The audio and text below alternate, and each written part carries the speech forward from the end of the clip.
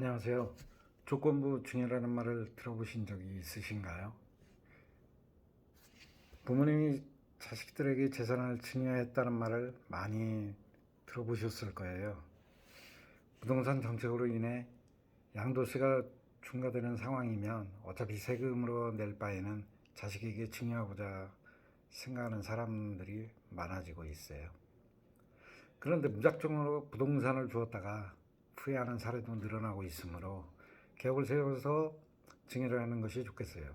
노후를 자식에게 부탁하면서 한평생 모은 전 재산을 물려주기도 해요.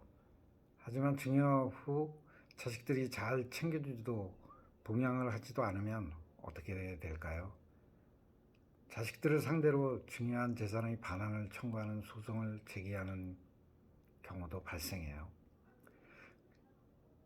그렇지만 소송을 한다 해서 승소를 하는 것은 아니에요. 만일 이 부분이 신경 쓰인다고 하면 증여 계약서를 쓸 때 부모의 생활비를 지원하고 봉양한다는 등의 중요한 내용이 들어간 조건부 증여 계약을 하는 것이 안심할 수 있겠어요. 다만 통상적으로 부모 자식 간에 이러한 내용을 넣어서 계약서를 작성하는 경우는 드물죠. 요즘 젊은 세대들은 부모님 세대와 생각, 환경, 사는 모습이 확실히 달라요. 독립적인 생활을 추구하는 사람들이 부모님과 함께 사는 것이 쉬운 일은 아니죠. 그래서 아예 애초부터 부모님들이 증여를 생각하지 않고 나중에 상속받으라고 하기도 해요.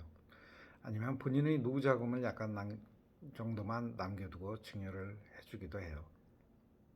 그래서 요즘에는 조건부 증여를 생각하는 사람들이 늘어나고 있는데요. 민법상 증여를 받는 사람이 증여자를 부양해야 할 의무가 있으니 이를 이행하지 않을 경우에는 그 계약을 해지할 수 있다고 하죠.